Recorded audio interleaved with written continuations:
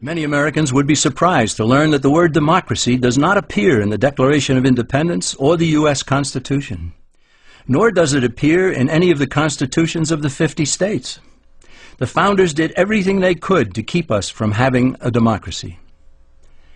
James Madison, rightly known as the father of the Constitution, wrote in essay number 10 of the Federalist Papers, "Democracies have ever been spectacles of turbulence and contention, have ever been found incompatible with personal security or the rights of property, and have in general been as short in their lives as they have been violent in their deaths."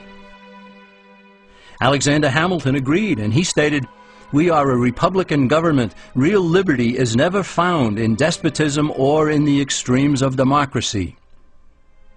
Samuel Adams, a signer of the Declaration of Independence, stated, "Democracy never lasts long. It soon wastes, exhausts, and murders itself."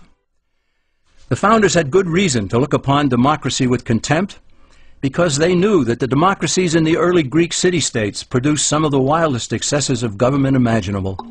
In every case, they ended up with mob rule, then anarchy, and finally tyranny under an oligarchy.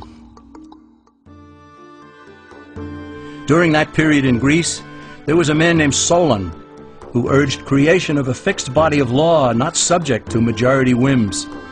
But where the Greeks never adopted Solon's wise counsel, the Romans did.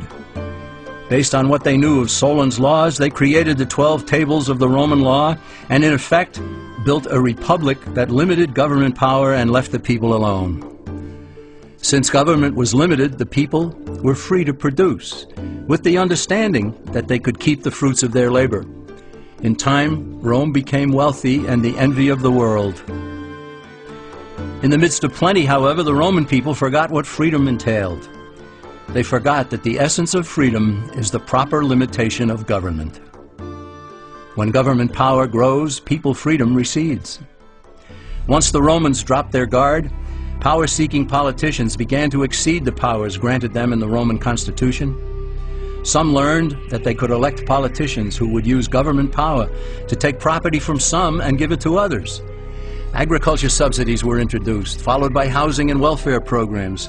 Inevitably, taxes rose and controls over the private sector were imposed. Soon, a number of Rome's producers could no longer make ends meet, and they went on the dole. Productivity declined, shortages developed, and mobs began roaming the streets, demanding bread and circuses from the government.